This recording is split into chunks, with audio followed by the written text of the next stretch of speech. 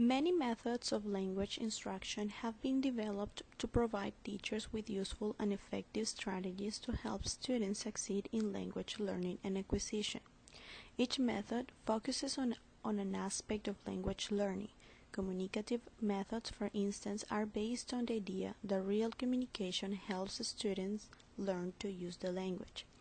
Cognitive methods focus on the development of high-order thinking skills, social affective dynamics of learning, and the development of the metacognitive awareness as described by Herrera and Murray. From a cognitive point of view, children are seen as active thinkers, therefore the stimulation of high-order thinking skills and metacognitive awareness benefit language learning. During the 1980s, researchers became interested in learning strategy used by English language learners. The goal was to understand how the correct use of strategies determined the success in language learning. Researchers found that many successful students were aware of the strategies they applied to learn. Later on, researchers also found that these strategies applied by successful students could actually be taught to students considered less successful. This is how Chamot and O'Malley developed the cognitive academic language learning approach, CALLA. Dr. Anna Chamot and Dr. Michael O'Malley both contributed to the improvement of both foreign and second language acquisition. Chamot and O'Malley published the CALLA Handbook in 1994. A second edition would be published in 2009, developed by Dr. Chamot.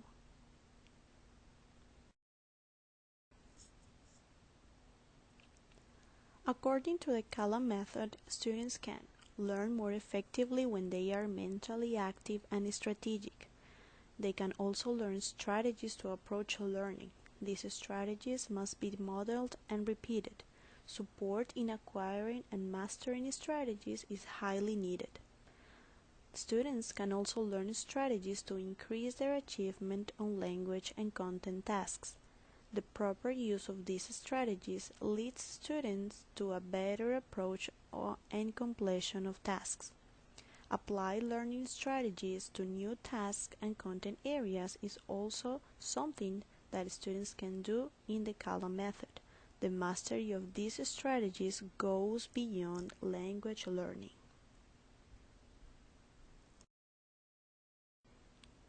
In order to understand the features of CALLA, it is important to explore the learning strategies described in cognitive methods.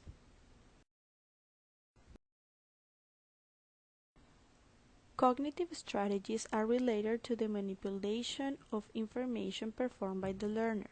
It is highly related to the high-order thinking skills. With the use of metacognitive strategies, students are able to decide how to approach a task and determine its complexity, self-monitor their own work and progress. They can also self-assess their goals in terms of cognitive, academic, and linguistic achievements. Some of the most common metacognitive strategies are skimming information, monitoring comprehension and production, and reflecting on what one has learned.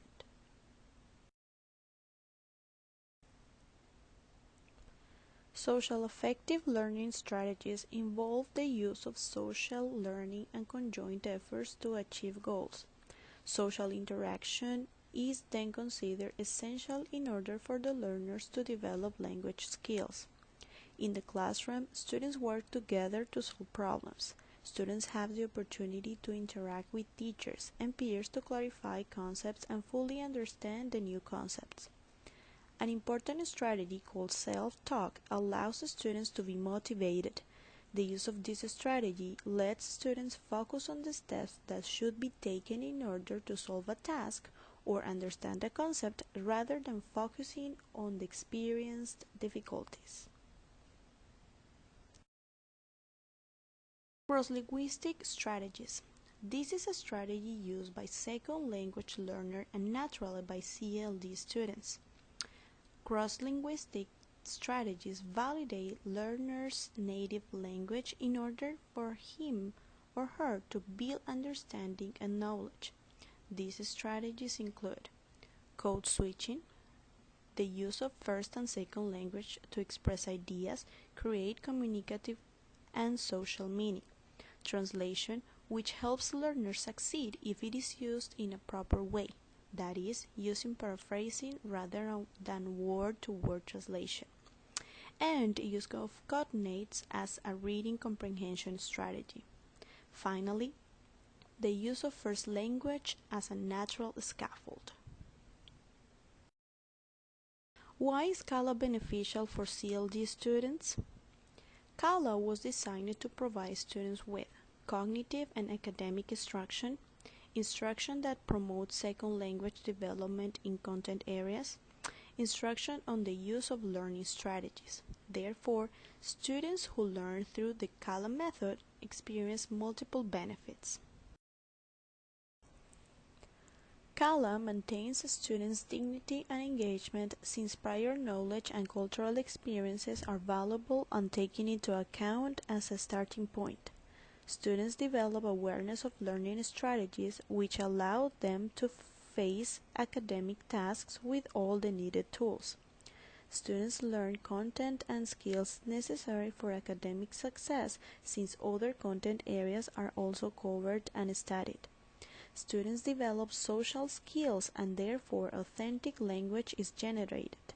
Students become more effective and independent since they are able to select the most suitable strategy to face academic challenges.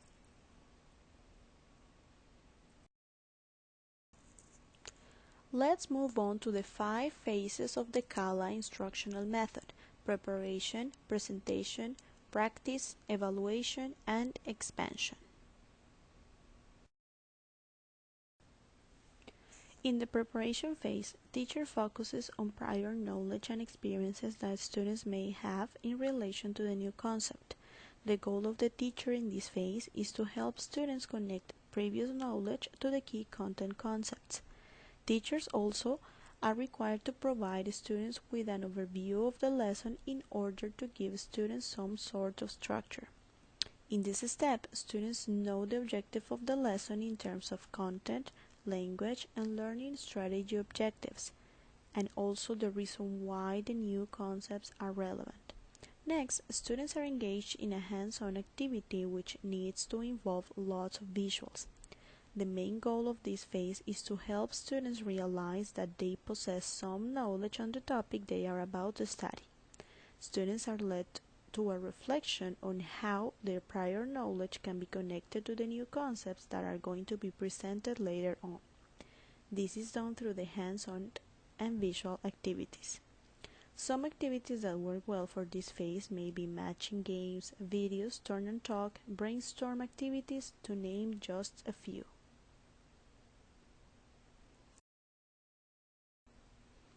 In the presentation phase, teacher presents information. During the presentation, the teacher is always checking for students' understanding through questions. In the presentation, the teacher uses pictures, demonstration, and realia in order to help students with comprehension. Teachers need to be aware of the language used for the presentation. Language has to be simple. A low rate of speech is always beneficial. After students demonstrate initial understanding, teacher continues to introduce the written text for the lesson. It is highly important to make information meaningful for students. In this phase, the teacher is also expected to model the strategies. Modeling is here a synonym of effective teaching. Finally, students are involved in a discussion about how, why, and when to use these strategies. Teachers may use technological resources such as the smartboard or projector in order to present concepts.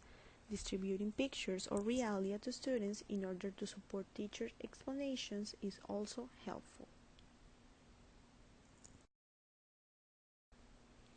One characteristic of the practice phase is that it is student-centered. Students participate and collaborate in hands-on activities to apply new concepts, language, and strategies.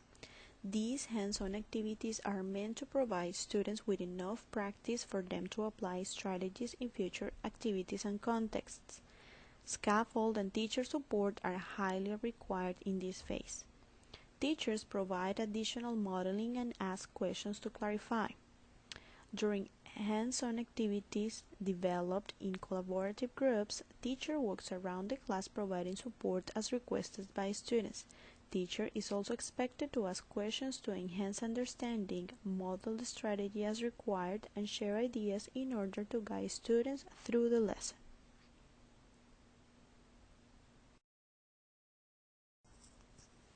During the evaluation phase, students are expected to reflect on their own learning.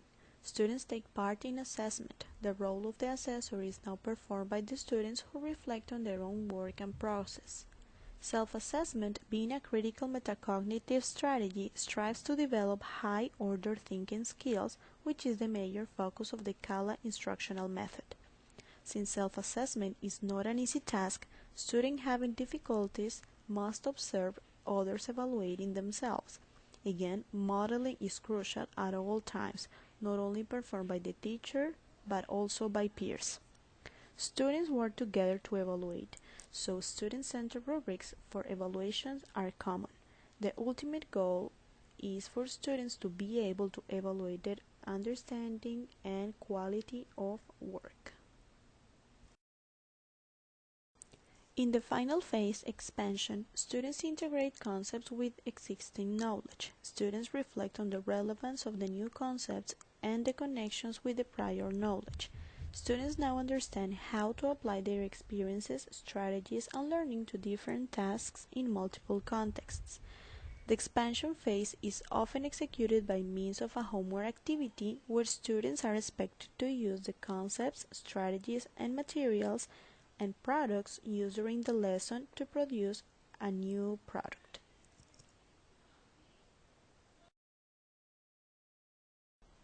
Thanks for taking the time to watch this presentation.